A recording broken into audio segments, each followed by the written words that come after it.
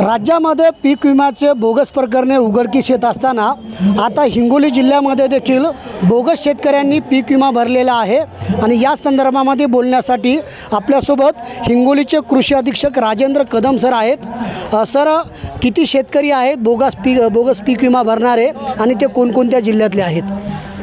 खरीप हंगाम 2024 मध्ये हिंगोली जिल्ह्यामध्ये जे 4 लाखाच्या जवळपास शेतकऱ्यांनी पीक विमा भरलेला होता, परंतु त्यापैकी 1814 शेतकऱ्यांच्या नावावरती बोगस पीक विमा CSC सेंटरवरून आणि काही वैयक्तिक शेतकऱ्यांच्या मोबाईलवरून भरल्याचे निदर्शनास आलेले आहे।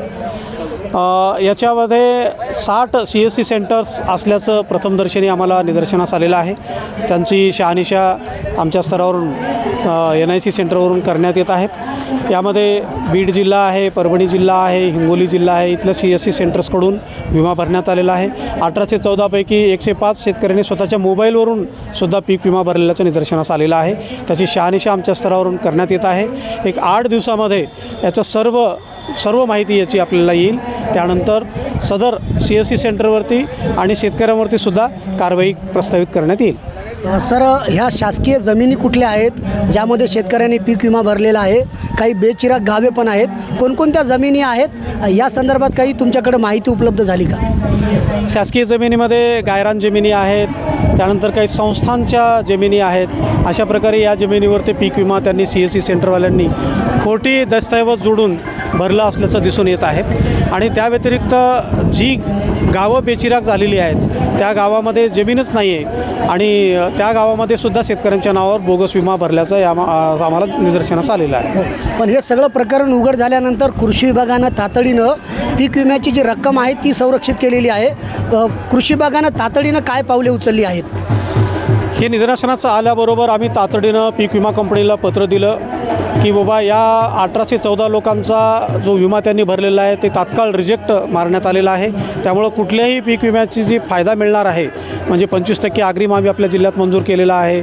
त्यानंतर वाईड स्प्रेड कॅलॅमिटीमध्ये सुद्धा आपण तूर आणि कापूस या पिकाला मदत देत आहोत, तर ती मदतसुद्धा या शेतकऱ्यांना मिळता कामा नये म्हणून त्यांना आपण रिजेक्ट मारायला सांगितलेलं आहे।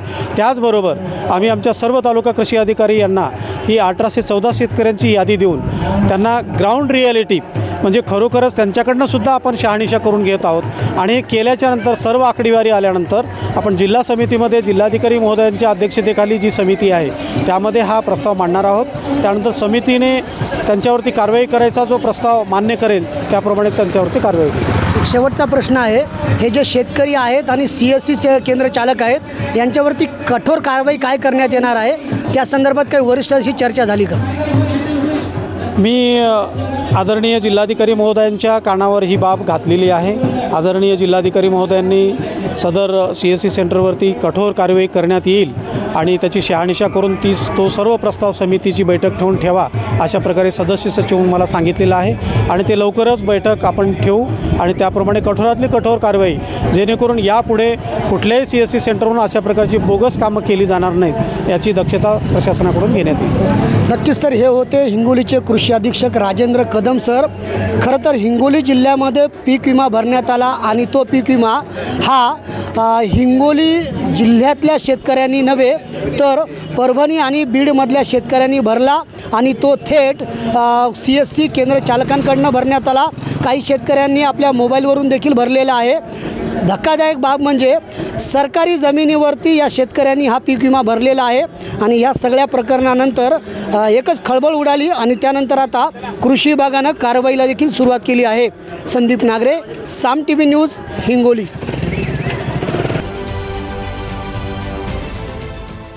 देश विदेशातील प्रत्येक घडामोडींचे लाईव्ह अपडेट मिळवण्यासाठी आता साम टीव्हीच्या सर्व सोशल मीडिया प्लॅटफॉर्मला लाईक, फॉलो आणि सबस्क्राईब करा।